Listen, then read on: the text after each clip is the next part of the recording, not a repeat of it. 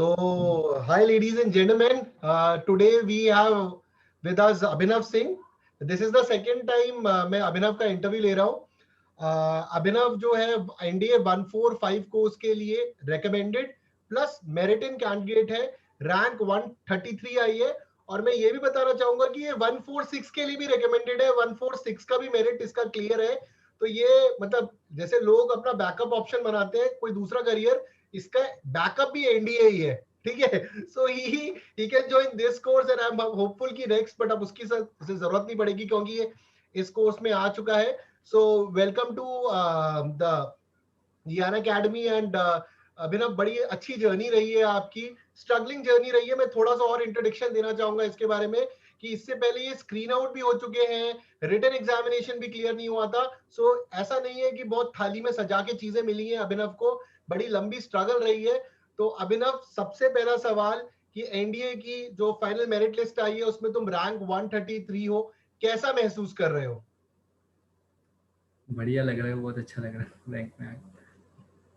तो ये थोड़ा और बताओ, क्योंकि जो बाकी एनडीए एस्पिरेंट्स के लिए तुम एक अब आइडियल बन जाओगे, तो उनको क्या बोलना चाहोगे तुम जो एनडीए में 11th में तैयारी कर रहे हैं, जिनको थोड़ा डर लगता है या गांव के इलाके से आते हैं, जिनको एसएसबी से डर लगता है, क्या बोलना चाहोगे उनको, क्या करें वो? मैं तो यही बोलूंगा कि बस कॉन्फिडेंट रहो, जो भी कर रहे हो वो कॉन्फिडेंस से करो अपने, तो फिर सब हो जाएगा. पहले लगता है कि हाँ ये इम्पॉसिबल है, इमेजिन करना कि हाँ मैं एक बार रिकमेंड हो जाऊंगा या फिर कुछ हो जाएगा मेरे साथ, तो वो बहुत हार्ड होता है, लेकिन अगर करते रहोगे तो हो जाएगा वो अपने. अभिनव, थोड़े अपने फेलियर्स के बारे में बताओ, क्योंकि सक्सेस तो हम तुम्हारी देख ही रहे हैं. थोड़े फेलियर्स के बारे में बताओ जिससे बच्चे रिलेट कर पाए, जिनको लगता है कि शायद तुम्हें सब कुछ थाली में सजा के मिला है. एनडीए की बात करता हूँ तो फिर मैं जब जैसे 12th स्टार्टिंग में हुआ था तो मैंने सारे अटेम्प्ट देने शुरू कर दिए थे. मतलब जब से मैं एलिजिबल हूँ तब से मैंने 2 अटेम्प्ट दिए थे. एक 12th का फर्स्ट अटेम्प्ट होता है, वो भी दिया था मैंने. 2 अटेम्प्ट एनडीए के मैंने दिए थे, एक अप्रैल में था और एक सितंबर में था, जो 12th में अपीयरिंग में था. तो वो दोनों मेरे अटेम्प्ट नहीं निकले थे. फिर थैंकफुली जो ये लॉकडाउन आ गया उसकी वजह से मुझे थोड़ा टाइम मिल गया पढ़ने के लिए. तो फिर मैंने रिटर्न तो क्लियर हो गया, फिर टीएस के एसएसबी गया तो उसमें स्क्रीन आउट हो गया. वो तो पता ही है, बस यही था. 2 बार रिटन फेलियर और प्लस एक स्क्रीन आउट. स्क्रीन आउट का क्या इम्पैक्ट पड़ा अभिनव तुम पर? स्क्रीन आउट वही है, आंखें खुल गई मेरी. तो बेइज्जती होती है जब सामान लेके बाहर कर देते हैं, तब तब तो पता चलता है हाँ अब मेहनत करनी पड़ेगी. स्क्रीन आउट के बाद तुमने किस तरीके से एसएसबी की तैयारी करी अपनी? एसएसबी मतलब मेरी बहन तो सीडीएस के लिए पढ़ी रही थी, तो फिर उसने मुझे रिकमेंड किया था कि संजय सर हैं, वो भी रिटर्न की तैयारी कर रही थी, तो उसे भी आपके बारे में ज़्यादा पता नहीं था, लेकिन उसने बताया था कि लोग रिकमेंड करते हैं कि बहुत अच्छा पढ़ाते हैं, एक बार तू उनका एसएसबी कोर्स देख ले. नहीं तो मैं वही फंस जाता, मैं वही 15 दिन की कोचिंग कहीं करने चले जाता. तो फिर उसने मुझे पहले रिकमेंड कर दिया. फिर जैसे जैसे आपका मैंने पढ़ता गया तो फिर मेरे को समझ आने लगा ये जो कोचिंग वाले हैं सब ऐसे ही हैं. मतलब आपका स्कोर क्या है, धीरे धीरे पढ़ाते हैं ना. आप 1 महीने का मतलब 15 दिन का तो होता नहीं, 3 महीने का तीन होता है, महीने तो का धीरे कोर्स धीरे होता है. ग्रेजुअली तो ग्रेजुअली चीज़ें डेवलप हो जाती हैं. तो फिर मैं समझ गया हाँ, फिर मैंने पढ़ना शुरू किया यहीं से. फिर धीरे धीरे करके सारी चीज़ें पढ़ता गया, फिर उस हिसाब से होती गई सर. करेक्ट. तो ये इसकी जर्नी, मैं यही बताना चाहूंगा कि अभिनव की sister is CDS qualified, she is also going for the SSB. तो अगर father was also in armed forces, I think, if I am correct, in the navy. And tri services command बनाने की पूरी कोशिश घर पर जारी है, होपफुली बन भी जाएगी. तो वो भी है. तो काफी मतलब अभिनव, थोड़ा ना अपने एक्सपीरियंस बताओ जो तुम्हारा एसएसबी में रहा, कि जब तुम प्रिपरेशन करके गए और जो तुम्हारे साथ के कैंडिडेट्स थे उनके क्या प्रिपरेशन लेवल थे, कि तुम्हें वहां पर इंफीरियरिटी लगी, सुपीरियरिटी लगी, कैसा लगा तुम्हें वहां पर? पहली बात तो फिर मैं तो एनडीए कैंडिडेट था, तो फिर मैं हाँ. आपके साथ पढ़ रहा था. मतलब आप तो सीडीएस कैटेगरी को पढ़ाते हो, तो करेक्ट उस करेक्ट. हिसाब से प्लस जो नॉलेज मेरी लेवल थी वो तो बहुत ज़्यादा हाई थी. एक नॉलेज लेवल थी और प्लस अंडरस्टैंडिंग की साइकोलॉजी में मुझे कैसे करना है, कैसे अटेम्प्ट करना है. क्योंकि पहले पहले बच्चों को साइकोलॉजी में पता नहीं रहता कि क्या करना है. पहले मुझे भी ज़्यादा आइडिया नहीं था. मेरे को क्या लगता था कि ये वर्ड है, किसी किसी और ने ज़्यादा अच्छा सेंटेंस बनाया तो मुझे लगता था मैं ये वर्ड लिख दूँ. लेकिन करेक्ट. वो सब गलत होता है. जब मैंने कोर्स पढ़ा तो मेरे को समझ आया कि अपनी हर एक की साइकोलॉजी अलग होती है, हर एक बंदा अटेम्प्ट अपने से करता है. मुझे लगा कि ये अंडरस्टैंडिंग एक चीज़ों की कि इसका ये महत्व है, ये ऐसा करना चाहिए. प्लस नॉलेज मेरी बहुत ज़्यादा ऊपर थी उन लोगों से, ऐसा मेरे को लगता है. What was the reason that your knowledge was higher? वही है कि मैंने आपका इंटरनेशनल कोर्स देखा था पूरा, जो 45 क्लासेस का है। वो जो आपके 3 साल पहले आया था वो मैंने पूरा देख लिया था, प्लस उसकी पीडीएफ बहुत अच्छी तरीके से किए थे। और फिर जो आपके कोर्सेज में बताते थे कि आर्टिकल्स यहाँ से पढ़ना है, आईडीए से, ओआरएफ, अदर वेबसाइट से, और प्लस यूट्यूब में मैं मेजर गौरव आर्य सर को फॉलो करता था, तो उससे मेरी नॉलेज बढ़ती गई। तो काफी सारे लोग मुझसे कह रहे हैं कि सर वो जो डिफेंस सिक्योरिटी कोर्स है उसका एक आप नया वर्जन लेकर आइए, क्योंकि वो पुराने वाला 2019 का है। तो मुझे लगता है एक नया वर्जन उसका आना चाहिए अब। मतलब वो तो अच्छा ही है, लेकिन वो भी देखना चाहिए, तभी ये नया वाला मेरे हिसाब से समझ आएगा। वो तो बेटर है क्योंकि अभी चीजें चेंज हो रही थोड़ी थोड़ी, तो फिर नया तो और बेटर होगा। Correct correct. And apart from this, what do you think that psychology कितना इंपॉर्टेंट रोल प्ले करता है एक एसएसबी कैंडिडेट के लिए? आई थिंक तो साइकोलॉजी तो मेन होती है, जैसे आप भी कहते हैं, अगर एक बंदे का साइकोलॉजी सही है तो ऑटोमेटिकली उसका जीटी और इंटरव्यू अपने आप सही हो जाएगा। करेक्ट और ऐसे मैंने सुना भी है कि अगर साइकोलॉजी सही है तो वो लोग रिकमेंड कर भी देते हैं, क्योंकि अगर आपका साइकोलॉजी खराब है तो आप जीटीओ में परफॉर्म ही नहीं करोगे उस हिसाब से जैसे वो चाहते हैं। तो मुझे लगता है कि हाँ, साइकोलॉजी मेन रोल मेरे को लगता है कि साइकोलॉजी का ही रहता है। अभिनव, तुम्हारे टेस्टिंग प्रोसेस के दौरान स्क्रीनिंग टेस्ट, जीटीओ और आईओ, जीटीओ और आईओ में कोई एक ऐसे इंसिडेंट्स बताओ जहां पर तुम्हें लगा कि इस इंसिडेंट के बाद कि my chances of recommendations are there, और दूसरा जहां पर तुम्हें लगा कि ये शायद मेरा गलत आंसर था, इसको मैं बेटर कर सकता हूँ। जीटीओ में मेरे को लगता है कि वही ग्रुप डिस्कशन एंड लेक्चरेट, मुझे लगता था कि उसकी वजह से कि एक अटेंशन आ जाता है जीटीओ का आपके पास भी, कि हाँ इसको थोड़ी नॉलेज है, ये जो भी कर रहा है, तो उस हिसाब से वो फिर प्लस मेरे को लगता है कि एचजीटी पीजीटी में मेरे को आइडियाज़ अच्छे आ रहे थे और मैं अच्छे से आइडियाज़ दे रहा था, तो उसकी वजह से मुझे लगा कि कमांड टास्क उन्होंने मेरा हार्ड दिया था, जो अभी मैं 146 की एसएसबी दी थी, तो वहाँ से मेरे को लगने लगा कि हाँ मेरे को रिकमेंड कर देंगे फिर से। आईओ में और कोई ऐसा प्लस इंटरव्यूइंग ऑफिसर के साथ कोई ऐसा क्वेश्चन?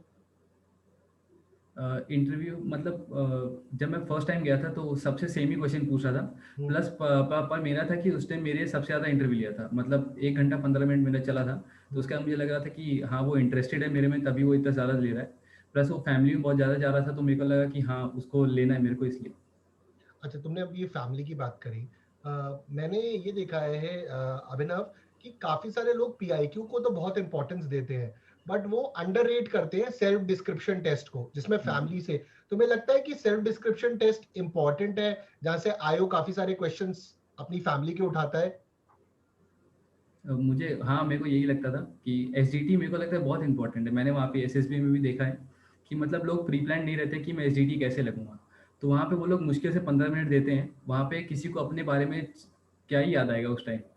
तो मुझे लगता है कि एसडीटी या तो प्रिपेयर तो करना ही चाहिए, प्लस उनको ये भी पता चल जाता है कि आप अपने आप को कितनी अच्छे तरीके से जानते हैं, प्लस अगर आपके जो आंसर्स रहेंगे, अगर आपको पता है कि मैं कैसा हूँ, ये क्या मेरी अच्छी आदत है, क्या मेरी बुरी है, तो आपके आंसर्स भी अच्छे रहेंगे और उस हिसाब से वेरी करेगा। ओके।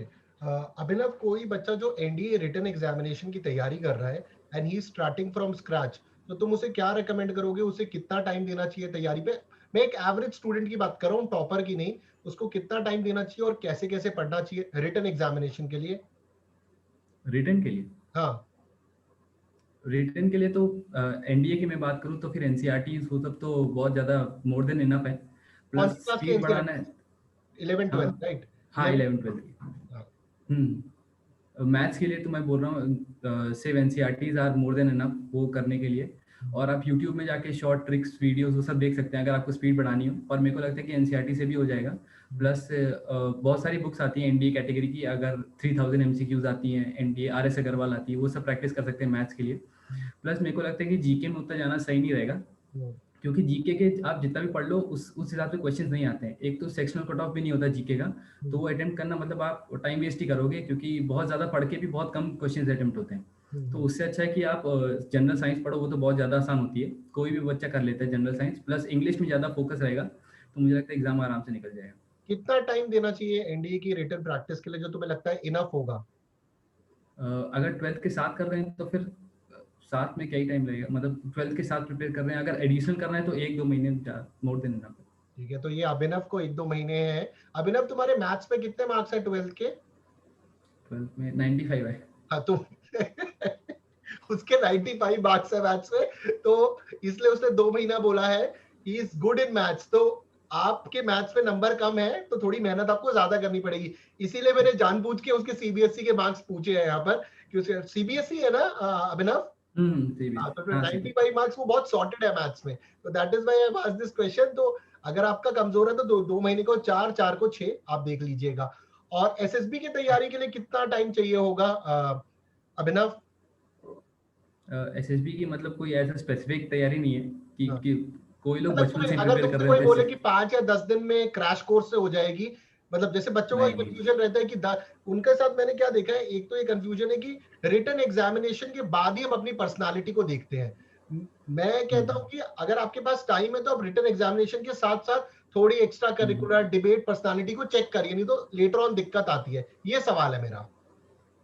यही मतलब आप ये नहीं कि आज से 14 दिन में स्टार्ट किया और पर्सनैलिटी पूरी चेंज हो गई और एकदम ऑफिसर बन गए, ऐसा भी नहीं है। कि किसी लोग कोई कोई 14 दिन में इसलिए निकाल लेते हैं क्योंकि उनकी पर्सनैलिटी पहले से ट्रेंड होती है कि करेक्ट। मतलब उनको पता भी नहीं होता कि वो एसएसबी की तैयारी कर रहे हैं, लेकिन इसकी वजह से उनका निकल जाता है। पर अगर आप दे रहे हैं तो आपको 1-2 महीने अपनी पर्सनैलिटी को जानने में लगेगा, 2-3 महीने। और हाँ, रिटन के साथ करना बहुत ज़रूरी है क्योंकि बाद में बहुत ज़्यादा बैकलोड आ जाएगा। अगर आप दिन में रिटन के साथ 1 घंटा दे रहे हैं, 1 डेढ़ घंटा दे रहे हैं, वो भी बहुत ज़्यादा है। और उसी से मेरे को लगता है साथ में करना चाहिए एसएसबी की तैयारी। तुमने अभी मुझे बताया कि एनडीए की रिटन की तैयारी और एसएसबी की कैसे करनी चाहिए, और इसके साथ एक एनडीए कैंडिडेट के लिए स्कूल के अंदर, कॉलेज स्कूल के अंदर स्पोर्ट्स में पार्टिसिपेट करना या एक्स्ट्रा करिकुलर में पार्टिसिपेट करना, क्या ये एसएसबी में हेल्प करता है? ये तो हाँ, ये मेरे को लगता है बहुत ज़्यादा हेल्प करता है क्योंकि वो लोग, अगर आप स्पोर्ट्स खेल रहे हैं तो टीम स्पिरिट, जो टीम में कैसे वर्क करना है सब आपको आ जाता है। प्लस अगर आप डिबेट्स विबेट्स कर रहे हैं तो आपकी मतलब आपको बोलना आ जाता है अपने आप, आपको शर्म नहीं लगती कि इतने सारे लोग के साथ में मुझे बोलना है, प्लस कॉन्फिडेंस आ जाता है। और मोरओवर एक ऑफिसर वो लोग ढूंढ भी नहीं कि जो टीम में काम करता हो। अगर आप बचपन से कोई ग्रुप स्पोर्ट, टीम स्पोर्ट खेल रहे हैं तो वो आपको उसी माहौल में डाल देगा, तो मुझे लगता है वो बहुत ज़्यादा हेल्पफुल रहेगा एक्स्ट्रा करिकुलर्स और sports. Okay. And what is the importance of, मतलब क्या ऐसा है कि एसएसबी में जिसके 95% या 98% है वही सेलेक्ट होता है? नहीं नहीं नहीं, ऐसा कुछ कंपलसरी नहीं है। ठीक है, तो मतलब देर इज नथिंग, मतलब मार्क्स आर इम्पोर्टेंट बट आपकी पर्सनालिटी भी चेक होगी वहां पर। हम्म हम्म। तो तुम्हारे साथ कोई ऐसा सेलेक्ट हुआ जिसके तुम्हारे जितने मार्क्स नहीं है, उसकी पर्सनालिटी अलग लगी तुम्हें, कोई दोस्त अ, जिनके साथ में हाँ, रिकमेंडेशन? बहुत सारे हुए हैं, बहुत सारे हुए हैं लोग। 80 81 71% वाले भी सिलेक्ट हो जाते हैं। मेरे दोस्त हुए हैं। ओके, चलो। So now you told us about the end did you find second SSB में जब रेकमेंड हुए, तो सेकंड एसएसबी में तुम कुछ प्रेशर लग रहा था कि पहले रेकमेंड हो तो यहाँ पर भी परफॉर्म करना है, कि तुमने बस वही परफॉर्मेंस रखी और वही पर्सनालिटी दिखाने की कोशिश करी? मतलब मैं तो सेम ही था कि इतना कुछ वैसे प्रेशर नहीं था, मुझे लगा जैसे जैसे टास्क हो वैसे वैसे करता जाऊंगा, जैसे मेरे से होगा मोस्ट प्रॉबेबली। पर जो रिपीटर केसेस भी है वो तो थोड़ी तो टफ होती है क्योंकि रिपीटर्स रहते हैं सब, ग्रुप डिस्कशन इन सब में थोड़ा ज़्यादा मुश्किल रहता है। प्लस जो मेरी कोलकाता की एसएसबी थी उसमें जो जीटीओ के ग्रुप थे वो भी थोड़े ज़्यादा लोग के थे, इसलिए मुझे लगा सेकंड वाली थोड़ी टफ थी फर्स्ट वाले से एज फ्रेशर कम। अभिनव, लैंग्वेज की कितनी इंपॉर्टेंस है इंग्लिश लैंग्वेज की एसएसबी के अंदर? इंग्लिश की तो मुझे लगता है बहुत ज़्यादा इंपॉर्टेंस है क्योंकि बिना इंग्लिश के अगर दूसरे बच्चे आपसे कम्पीट कर रहे हैं उस ग्रुप डिस्कशन में, इंग्लिश में पॉइंट्स मार रहे हैं, अच्छे अच्छे वोकेबलिटी की वर्ड्स यूज़ कर रहे हैं, तो आप उनसे कम्पीट कैसे करोगे? हिंदी में तो कर नहीं सकते क्योंकि मोस्ट ज़्यादा से ज़्यादा लोग वहाँ पे लैंग्वेज बोलते हैं वो इंग्लिश होती है। तो मुझे लगता है कि अगर इंग्लिश में भी हाथ अगर अच्छा रहे तो फिर वो बहुत ज़्यादा हेल्प करता है एसएसबी में। ओके। साइकोलॉजी के जब टेस्ट होते हैं, काफी सारे बच्चे टेस्ट कंप्लीट नहीं कर पाते हैं क्योंकि वो प्रैक्टिस नहीं करके गए होते हैं, लिख के नहीं गए होते हैं। क्या लिखकर प्रैक्टिस करने से हेल्प होती है साइकोलॉजी टेस्ट में? हाँ, मुझे लगता है जैसे आप मतलब कोर्सेज में कराते थे कि थोड़ा टाइम कम रहता था और उसमें स्टोरीज लिखनी है, तो उस हिसाब से हाथ को भी आदत पड़ जाती है लिखने की, तो उससे मुझे लगता है कि हेल्प करेगा वो। हाँ, जैसे हम, मतलब मैं बाकी सारे दर्शकों को बता दूं कि अगर आपको 4 मिनट मिल रहे थे तो हम कोर्स में क्या करते थे, 3.5 मिनट में करते थे प्रैक्टिस, कि रियलिटी में आपको 30 सेकेंड एक्स्ट्रा मिलेंगे। तो अगर आप खुद भी तैयारी कर रहे हैं तो मैं आपसे यही बोलूंगा कि आप अपने आप को थोड़ा टाइम कम दें। अगर 15 मिनट का टेस्ट है तो आप अपने को 12 मिनट दें। तो उससे क्या होगा कि आपकी स्पीड और बढ़ेगी और इवेंचुअल टेस्ट में परफॉर्मेंस भी बढ़ेगी। तो this is a recommendation to everyone who is preparing for the NDA और एनी अदर एंट्री के एसएसबी की तैयारी कर रहे हो, ठीक है? तो और अभिनव, फिजिकली फिट हो अगर आप, मतलब आपका वेट कंट्रोल्ड है, तो उससे एसएसबी के जीटीओ टास्क में थोड़े इजीनेस होती है? हाँ, वो तो बहुत ज़्यादा होती है क्योंकि ग्रुप ऑब्स्टिकल रेस रहता है, तो फिर अगर आप फिजिकली फिट नहीं हो तो आप कैसे परफॉर्म करोगे? आप ग्रुप पे एक बोझ हो जाओगे ना, तो फिर फिजिकली फिट बहुत ज़्यादा हेल्प करता है, प्लस फट्टा बल्ली सब इंडिविजुअल ऑब्स्टिकल इन सब में बहुत ज़्यादा हेल्प करता है फिजिकली फिट अगर हो। अच्छा, ये तुमने फट्टा बल्ली की बात बड़ी अच्छी करी।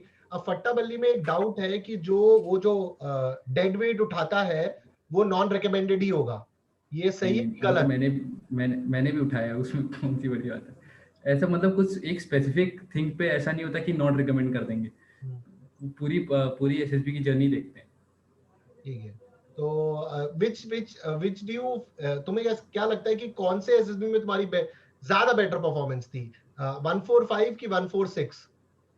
मुझे लगता है 145 फर्स्ट अटेम्प्ट। अच्छा, 145। एंड चलो, उसकी अब तुम्हारी कॉल भी आ गई है। एंड अभी एनडीए की ट्रेनिंग स्टार्ट होगी, तो ट्रेनिंग से पहले कुछ फिजिकल वर्कआउट करना भी स्टार्ट करा है, स्विमिंग वगैरह पहले, कि अभी करोगे? अभी मतलब मैं तो रोज 1-2 घंटा खेलने जाता ही था, अभी वो कंटिन्यू करना है, सुबह से शाम खाली रनिंग ही करूंगा। तुम तो वैसे भी बिल्कुल उतने ही पतले लग रहे हो जितने एनडीए में लगते हैं। ठीक है, थोड़े से और हो जाओगे। ठीक है। और how was your medical? Medical fit हो गया। ठीक है, मेडिकल फिट। कितने दिन का मेडिकल का प्रोसेस चला? हर जगह तो अलग रहता है ये, मतलब कोलकाता में क्या है, वहाँ पे आई का स्पेशलिस्ट नहीं है, तो वो हम्म। लोग कोलकाता से विशाखापट्टनम भेजते हैं, तो उसमें मुझे ज़्यादा टाइम लगा, तो अच्छा, 15 दिन लग गए। ये तो 146 था, और 145 वाला तुम उसमें, उसमें 10 दिन लगे। वो कहाँ पर था? विशाखापट्टनम। अच्छा, दोनों तुम्हारे, अच्छा वहीं थे। चलो ठीक है। तो ये तो यहाँ पर हमें अभिनव ने अपनी संक्षिप्त में अपने एसएसबी के बारे में बताया। And he has also told about how to prepare for the NDA written. करीबन वो 2 महीने कह रहे हैं, तो आप अपने हिसाब से प्रिपरेशन को देखिए, 4 से 6 महीने की मैथ्स की एनसीईआरटीज पर फोकस करने वो कह रहे हैं। वो कह रहे हैं कि जीएस में जनरल साइंस के सेक्शन को ज्यादा फोकस करिए, इंग्लिश को करिए, क्योंकि जनरल स्टडीज से इतनी ज्यादा वेटेज नहीं मिलने वाली और सेक्शनल कट ऑफ नहीं है, वो कहता है, बता रहे हैं। और मैथ्स से आपको ज्यादा पड़ेगा, और मैथ्स काफी स्कोरिंग भी है आपका, वहीं से एनडी का रिजल्ट मोरलेस बनता है। और एसएसबी के लिए वो कह रहे हैं कि थोड़ी इन डेप्थ अंडरस्टैंडिंग रखिए। अभिनव, अपने बारे में जानना कितना इंपॉर्टेंट है एसएसबी के अंदर? जो वहाँ पे जो सवाल ही रहते हैं वो आप ही के बारे में, अगर आप अपने आप को अच्छे से जानेंगे तो सवाल आप क्या बोलते हैं, आंसर भी उतनी अच्छे से दे सकते हैं। तो आप, मुझे लगता है अपने आप को जानना बहुत ज़्यादा ज़रूरी है। और जो बच्चे दूसरों के आंसर्स को याद करके जाते हैं, उसमें क्या नेगेटिव है? किसी रिकमेंडेड कैंडिडेट तुम्हारे ही आंसर को याद करके चले गए, उससे क्या इशू क्रिएट होती है? वो आपके पर्सनैलिटी से मैच ही नहीं करेगा जिस हिसाब से आप आंसर दे रहे हो। प्लस ये आंसर्स है, प्लस WAT TAT इन सब में भी यही बोलना चाहता हूँ कि किसी की स्टोरीज वैट कॉपी करने से कोई रिकमेंड नहीं हो जाता। खुद की जो वैट है TAT या फिर आंसर्स खुद के बनाने पड़ते। अब तुमने एसएसबी में देखा भी होगा अपने टाइम पर कि काफी सारे लोग बुकलेट लेकर घूमते रहते हैं और वो स्टोरीज को याद करते रहते हैं, वैट को याद करते रहते हैं। Is this the right approach for SSB, you find? No no no, जो उस टाइम पे उस मूवमेंट में आपको जो आता है याद, वो लिखना चाहिए मेरे हिसाब से। एट दैट मोमेंट जो आपको स्टोरी क्लिक होती है या जो सेंटेंस बनता है वो है। तो तुम्हारे, जैसे उस मोमेंट पे लिखते हो, तो तुम्हारे लाइफ एक्सपीरियंसेस से तुमने कोई स्टोरी लिखी वहां पर? मेरी मैक्स स्टोरी तो ऐसी ही थी, सेंटेंसेस स्टोरीज SRT सब ऐसी थी। ठीक है। What is the importance of knowing what's happening in the world, newspaper, international issues, current affair? क्या ये जरूरी है एक कैंडिडेट जो एसएसबी के लिए जा रहा है? अपार्ट फ्रॉम मतलब GD में तो बहुत ज़्यादा ज़रूरी है, वो ब्रेड एंड बटर है उसके लिए। प्लस ये TAT में भी बहुत ज़्यादा इंपॉर्टेंट है, क्योंकि उसमें भी आपकी स्टोरीज का लेवल अच्छा होगा अगर आप GK उसमें इंक्लूड करोगे तो, क्योंकि उनको भी पता होगा कि आप बहुत ज़्यादा अवेयर हो। और प्लस GD और लेक्चर रेट इन सब में तो बहुत ज़्यादा इंपॉर्टेंट है। आपका एक अपर हैंड रहेगा बाकी सब में अगर आपके पास नॉलेज है, अवेयरनेस है। बहुत सारे बच्चे स्क्रीन आउट होते हैं, अभिनव। तो तुम्हें क्या लगता है कि स्क्रीन आउट से बचने के लिए क्या करना चाहिए? तुम खुद भी स्क्रीन आउट हुए थे, तो व्हाट वाज वन थिंग कि अगली बार स्क्रीन आउट ना हो, उनको क्या बताना चाहोगे? OAR तो सबका बराबर ही आता है। हम्म। मेरे को लगता है कि मेन होता है नरेशन। अगर नरेशन आपका अच्छा हो प्लस टाइम पे हो तो फिर वो स्क्रीन इन बहुत ज़्यादा आराम से हो जाता है। ग्रुप डिस्कशन में वही रहता है, सब हौच पौच हो जाता है। मेरे को लगता है अगर नरेशन अच्छा हो तो फिर वो लोग स्क्रीन इन कर लेते हैं। और स्टोरी की कितनी इंपॉर्टेंस है पीपीईटी में? तुमने नरेशन बोला। स्टोरी भी इंपॉर्टेंट है, अगर स्टोरी अच्छी होगी तभी तो नरेशन ही अच्छा होगा। अच्छा, तो बेसिकली सेड कि मतलब वो बाय डिफॉल्ट बता रहे हैं कि स्टोरी अच्छी होनी चाहिए प्लस उस पे अच्छा नरेशन होना चाहिए। तो अभिनव, तुमने देखा होगा कि जब नरेशन से पहले वो जब जीडी से पहले वो थोड़ी ब्रेक होती है तो लोग सेटिंग करते हैं, भाई तू ये बोलियो, भाई मैं ये बोलूंगा, भाई ये तू करियो, भाई तू वो मैं करियो। जीडी में ये सेटिंग कभी कामयाब हुई है आज तक? ये खाली उसी टाइम का रहता है जब ग्रुप डिस्कशन स्टार्ट होता है, सब अपने में आ जाते हैं, कोई प्लान फॉलो नहीं करता है, तो इन सब में मत फंसिए। हाँ, तो please take this advice seriously. Abhinav, कई बार क्या होता है कि ग्रुप के अंदर एक दो ओवर पावरिंग कैंडिडेट होते हैं जो बोलने नहीं दे रहे होते हैं, तो इस सिचुएशन में क्या करना चाहिए? अगर जितना भी ओवर पावरिंग कैंडिडेट हो, तो एक ना एक मूवमेंट आता है जब वो चुप होता है। करेक्ट। ये नहीं कि आपको उसको ओवर पावर करना है, आपको अपना पॉइंट रखना है जितना आपको आता है बस। ये नहीं कि अगर वो ओवर पावर कर रहा है तो आप उसको करो, उस एक ना एक मूवमेंट आएगा जब वो स्टॉप होगा तब आप शुरू हो जाओ, और जितना आपको कहना है उस टाइम पे कह दो, बस बैठ जाओ। करेक्ट। तो ये बहुत इंपॉर्टेंट पॉइंट है जो खासकर काफी सारे बच्चे बोलते हैं कि फिश मार्केट बनता है। फिश मार्केट के अंदर इनिशियली अगर आप नहीं बोल पाते हो तो आपको एक ना एक सेकंड जरूर मिलेगा जब ग्रुप बीच में एक स्टेलमेट पे पहुंचता है और लोग रेपिटेटिव आंसर्स कर रहे होते हैं, रेपिटेटिव पॉइंट्स बोल रहे होते हैं, या फिर किसी का पॉइंट खत्म हो जाता है, even for a overpowering candidate, because he cannot continuously speak and sometimes even the GTO ask in the group discussion, तो you will definitely get a point. तो कई बार अभिनव, दिक्कत क्या है कि किसी कैंडिडेट को लगता है कि मैं जल्दी इसलिए बोल दूं क्योंकि ये मेरा पॉइंट है, तो ये लैक ऑफ पॉइंट होते हैं, उनके पास 3-4 पॉइंट होते हैं, उनको लगता है कि जल्दी से बोल देंगे तो हमारे नंबर बन जाएंगे। तो इन बच्चों को क्या करना चाहिए जिनके पास पॉइंट ही कम होते हैं? इसमें मैं क्या बताऊं, मतलब पॉइंट अच्छे आने चाहिए। मैं क्या करता था, मतलब अभी की सिचुएशन बताऊं, कि जब वो टाइम मिलता था मैं स्टोरीज को वापस रिवाइज कर लेता था, प्लस मैं देखता था कि इसमें मोस्ट कॉमन एक नॉर्मल आदमी क्या बना सकता है, और उसको प्लस करंट अफेयर से रिलेट करता था। इस बार मेरी स्टोरी आई थी कुछ टेंट वेंट में था, तो फिर मुझे लगा कि एक कॉमन आदमी क्या करेगा, अभी कोरोना की वैक्सीन चल रही है, तो मैंने कोरोना की वैक्सीन को लेके बना दिया। तो मुझे लगता है कि अगर करंट अफेयर से रिलेट करेंगे तो जो बाकी ग्रुप वाले होंगे वो मान भी जाएंगे कि हाँ ये करंट अफेयर में चल रहा है, तो ये हम मान जाएंगे। तो मैं ये करता था। नहीं, ये तो तुमने मुझे पीपीडीटी का बताया, मेरा जो सवाल था वो जनरली जीटीओ के जीडी डिस्कशंस में था, जहां पर किसी को लगता है ना भाई ये 3 पॉइंट है फटाफट अच्छा। बोल दे। तो मुझे लगता है कि इन कैंडिडेट्स में क्या है कि ये ज्यादा पढ़ते ही नहीं है, इसीलिए इनके हाँ हाँ। 3-4 पॉइंट होते हैं। अगर तुम पढ़ोगे तो तुम्हारे पास बहुत सारे पॉइंट होंगे, कि तुम्हें कभी ये अच्छा, मैं प्रॉब्लम मेरे 2-3 पॉइंट ही है। नहीं नहीं, मैं पीपीडीटी का समझ रहा था। नहीं नहीं, उस ग्रुप डिस्कशन के लिए तो फिर नॉलेज गेन करनी पड़ेगी बहुत ज़्यादा, तो उस हिसाब से आपके पास एक पॉइंट की कमी नहीं रहेगी फिर। और फिर you would be definitely performing. और अगर तुम्हें ज्यादा अच्छे पॉइंट्स पता है या तुमको डिस्कशन के लिए चीजें आती है, तो क्या हम काम रहते हैं ग्रुप डिस्कशन के टाइम पर? हाँ हाँ, जब दूसरा कोई पॉइंट दे रहा है, पता है हाँ ये पॉइंट नॉर्मल है, मेरा पॉइंट जो है वो खतरनाक है, तो फिर आपको लगता है हाँ बोलने दे बोलने दे बोलने दो, हाँ। फिर मैं बोलूंगा तब मैं बताता हूँ तेरे को, तो वो फिर कामने अपने आप आ जाती है जब नॉलेज रहता है। तुमने मुझे एक बार बताया था कि तुम्हारा लेक्चरेट बहुत स्पेशल था जब जीटीओ, उसके बारे में थोड़ा सा बताओ। लेक्चरेट में मतलब मेरी नॉलेज बहुत ज़्यादा थी, तो फिर मेरे को लगा कि लेक्चरेट अच्छा ही था। उसमें मेरे को टॉपिक भी किस्मत की वजह से अच्छा मिल गया कि मिलिट्री मॉडर्नाइजेशन था, तो हाँ। फिर उसमें मैंने सब बोल दिया था अच्छी तरीके से, तो फिर अच्छे अच्छे पॉइंट्स बोला था, तो जीटीओ सर भी थे कि हाँ हाँ कर रहे थे, तो फिर अच्छे पॉइंट दे रहा था, तो अच्छे से गया था। इस बार क्या था तुम्हारा सेकंड एसएसबी में लेक्चरेट का टॉपिक? मेरा था, हाँ इस बार भी मेरा लेक्चर अच्छा ही गया था। मेरा टॉपिक था India versus West, which area will have more employment. तो फिर इसमें भी मैंने वो हुआवी वाला जेटी करके रिलेट करके बोल दिया कि अभी एक रिलायंस ही एक है जो कि मतलब सुपर पावर है जो 5G ला सकती है, क्योंकि मोस्ट ऑफ द कंट्रीज वो चाइना को बैन कर रही है हुआवी, जैसे यूके और यूरोपियन यूनियन पूरा हुआवी निकाल रहा है, तो उसकी वजह से रिलायंस को बहुत ज़्यादा एम्प्लॉयमेंट मिलेगी, उसकी वजह से इंडिया को एम्प्लॉयमेंट मिल सकती है। तो फिर मैंने ऐसे करके बोला था, तो अच्छा गया था। ठीक है। तो यहाँ पर अभिनव ने हमारे साथ काफी सारी नॉलेज शेयर करी है, ठीक है। एंड पहले भी मैंने इनका इंटरव्यू लिया है, दैट इज आल्सो अवेलेबल। और आज फिर से Abhinav, when he has finally got in the merit, तो he is sharing his knowledge again. आप में से अगर कोई बच्चे इंटरेस्टेड हो कि हम अभिनव के साथ एक लाइव सेशन करें, तो प्लीज कमेंट सेक्शन में जरूर लिखिएगा that please do a live session, that will be helping us with the NDA. And guys, whoever wants to join my course, my new SSB course would be starting from 1st April 2021 on an academy plus. You can join that, and defense security course जिसकी अभिनव बात कर रहा था। सो अभिनव, congratulations once again, and I hope now you start training hard for your NDA days. NDA में तो और भी बहुत सख्त ट्रेनिंग होती है, one of the top most defence academies of the nation, ठीक है। तो all the best and all the best to your sister also who is going for the SSB. Thank you very much and congratulations once again.